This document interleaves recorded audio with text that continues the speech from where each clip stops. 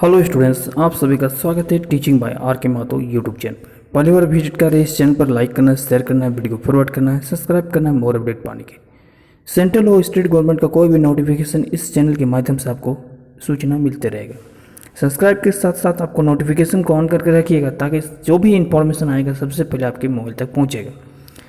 अपने दोस्तों को भी शेयर करें ज़्यादा से ज़्यादा ताकि सभी का हेल्प हो। बात करेंगे जेएसएससी लेडी सुपरवाइजर एग्ज़ाम 2024 महिला पर्यवेक्षिका जो सोशोलॉजी पेपर है उसका हम लोग प्रैक्टिस सेट करवा रहे हैं। लगातार अभी 1 से लेकर 3rd तक जो है प्रैक्टिस सेट में करवा चुका हूँ। यदि आप लोग अभी तक 1 से लेकर 3rd तक प्रैक्टिस सेट नहीं देखे हैं तो हमारे चैनल पर जाकर प्लेलिस्ट में उपलब्ध है। प्लेलिस्ट में मैं आइकन पर वहाँ पर दे दिया हूँ, फर्स्ट लिंक पर ही जैसे क्लिक करोगे वहाँ पर आपका सारा डिटेल्स मिल जाएगा। ठीक है, तो ज़रूर देखिए, लगातार वीडियो आते रहेगा। आप उसके बाद एग्ज़ाम से पहले जो है मैराथन क्लास लेकर आएंगे और मॉक टेस्ट कुछ करवा देंगे। तो सोशोलॉजी पेपर में आपका जो 100 मार्क्स का क्वेश्चन जो पूछा जाता है उसमें कोई दिक्कत नहीं रहेगा आपका। और एग्ज़ाम का जहाँ तक बात रहा तो एग्ज़ाम जो है आपका इसका डेट जो है बहुत जल्द अनाउंस करने वाले हैं। जैसे कि आप लोगों को पता होगा कल लोकसभा चुनाव का जो परिणाम है घोषित हो चुका है। अब 6 तारीख के बाद से जो है सारे कार्यालय जो है कामकाज जो है एक्टिव हो जाएंगे और ज़ोरों शोरों से जो है एग्जामिनेशन कैलेंडर के साथ साथ आपका एग्ज़ाम भी शुरू हो जाएगा। तो आप लोग तैयारी में लग जाइए अभी तक। ठीक है, नहीं लगे हैं तो आप लोग जुड़े रहिए हमारे साथ। तो चलिए आज प्रैक्टिस सेट 4 लगाते हैं। आंसर मालूम है तो आंसर दीजिएगा क्वेश्चंस का कमेंट में। चलिए स्टूडेंट्स 31 क्वेश्चंस देखते हैं। सेट नंबर 3rd में हमने 30 तक क्वेश्चंस को रिवाइज करवा लिया हूँ। फटाफट आप लोग उस वीडियो को देख लीजिएगा। क्वेश्चन से नेक्स्ट 31 में प्रसारवाद शब्द का सर्वप्रथम किसने प्रयोग किया था? ऑप्शन है EB warrior, Malinowski, Boaz, Margaret Mead. ठीक है, तो फटाफट हम लोग आंसर बता देते हैं। क्वेश्चंस को पढ़ते जाएंगे, क्विक रिवाइज हो जाएगा आपका। आंसर यदि आपको मालूम है, यदि आप आंसर देना चाहते हैं तो वीडियो को आप पोस्ट करके आंसर दे सकते हैं कमेंट में। ठीक है, और अपना चेक कर सकते हैं। तो इसका जो करेक्ट आंसर होगा वो हो जाएगा मालिनोवस्की। ठीक है, ऑप्शन नंबर बी। मालिनोवस्की ने प्रसारवाद शब्द का सबसे पहले प्रयोग किया था। ठीक है, याद रखिएगा। अगला क्वेश्चन है सामाजिक तथ्य मनुष्य के बाहरी रहते हुए भी किसने प्रभावित किया? सामाजिक तथ्य जो है मनुष्य के बाहरी रहते हुए भी किससे प्रभावित है? तो इसका करेक्ट आंसर हो जाएगा विचारों का। मनुष्य का जिस प्रकार से विचार होगा उसी प्रकार से जो है समाज में रीति रिवाज के अनुसार वो रह सकते हैं, ढल सकते हैं, अदरवाइज समाज से वो दूर रह सकते हैं। तो इसी विचार को होगा करेक्ट आंसर इसका। ठीक, अगला क्वेश्चन है आपकी स्क्रीन पर कि डुखरिन की प्रसिद्ध रचना सोशलिज्म में कब लिखी गई है? याद रखिएगा, राइटर से पुस्तक से रिलेटेड एक क्वेश्चन आपको एग्जाम में देखने को मिलेगा। राइटर वाला जो क्वेश्चन है उसका मैं एक PDF बना के दे दूंगा और एक दिन क्लास भी करवा दूंगा। उसका कोई दिक्कत नहीं रहेगा, एक क्वेश्चन उसी वीडियो से आ जाएगा। ठीक है, तो डुखरिन की प्रसिद्ध रचना जो है सोशलिज्म में कब लिखी गई है क्वेश्चन यहाँ पर पूछा गया है। तो इसका आंसर हो जाएगा 1928 में। ठीक है, अगला जो है दी हनीमून ग्रुप नामक पुस्तक के लेखक कौन है? तो इसका करेक्ट आंसर हो जाएगा होमांस इसका करेक्ट आंसर हो जाएगा। ठीक है, अगला क्वेश्चन क्या है? निम्नलिखित में से यह कथन किसका है कि नागरिकता एक जीवन शैली है? नागरिकता क्या है? एक जीवन शैली है।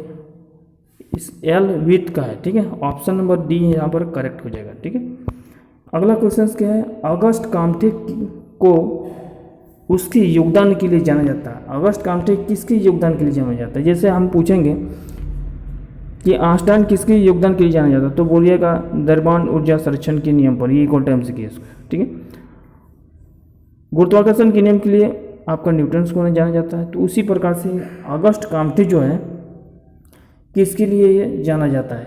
तो इसका करेक्ट हो जाएगा आदेशात्मक के लिए वो जाना जाता है। ठीक है, अगला जो है निम्नलिखित में से नैतिक निष्पक्षता पर किस समाजशास्त्र ने विशेष जोर दिया था?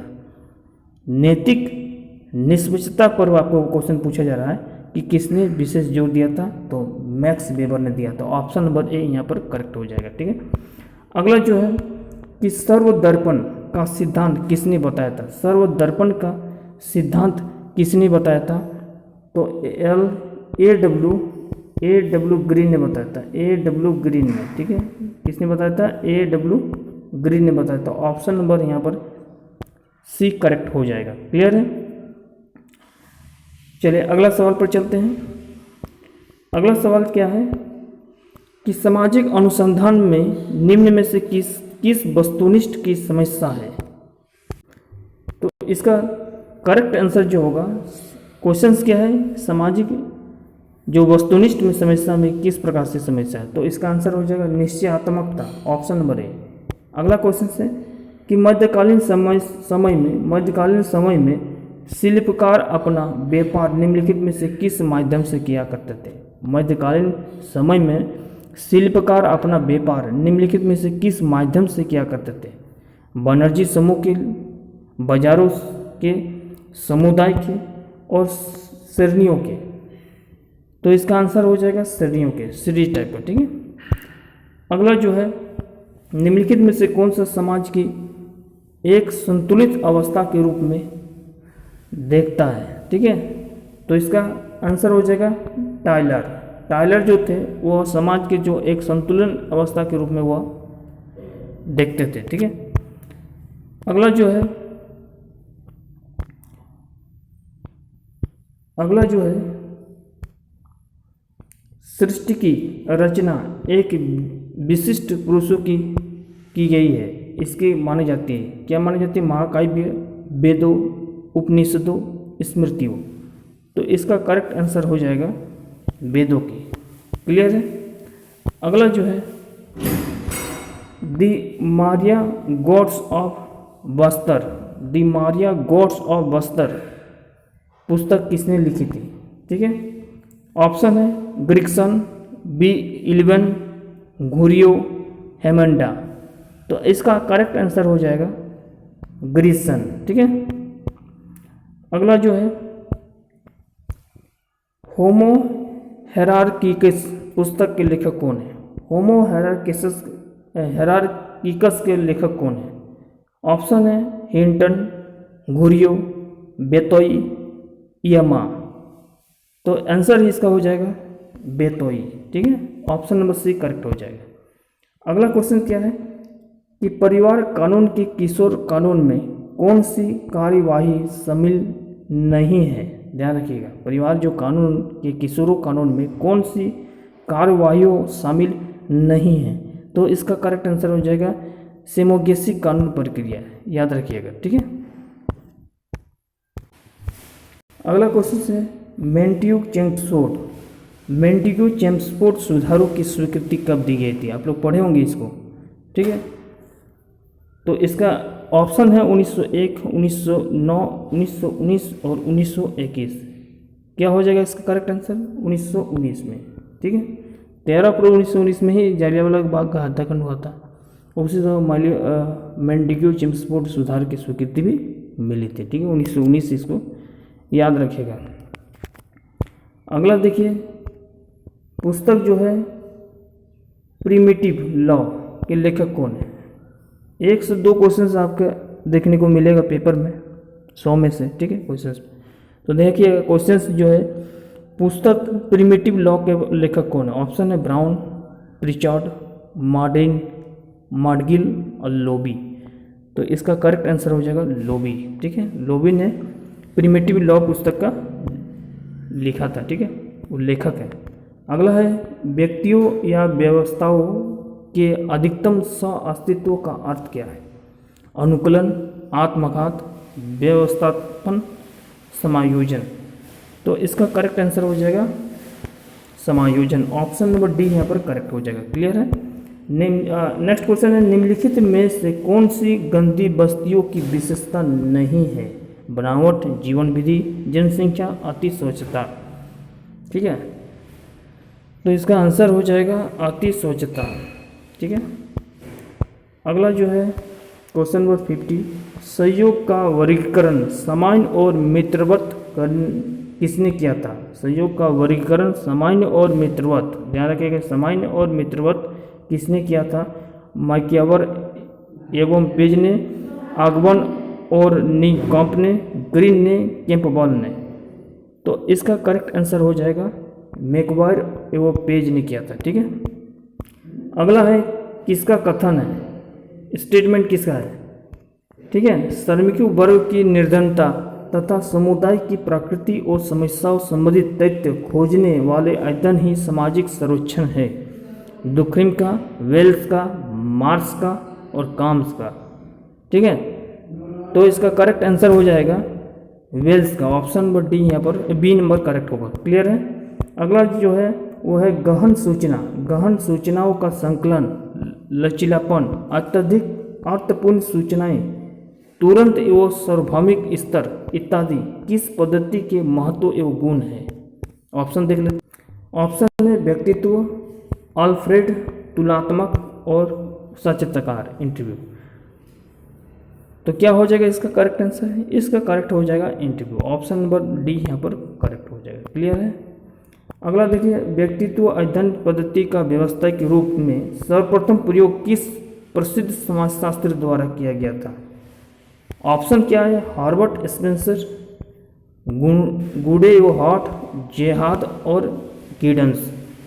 तो इसका करेक्ट आंसर हो जाएगा हार्बर्ट स्पेंसर। ठीक है, अगला जो है वह प्रविधि क्या है जिसके माध्यम से किसी भी लेखक द्वारा लिखी गई टेक्स्ट का वास्तविक अर्थ निरूपण, जिसको बोलते हैं, इसके द्वारा लिखी गई भाषा में है करने का प्रयास किया था? सर्वेक्षण विधि, समस्या का कथन, निरूपण, आंकड़ा विश्लेषण।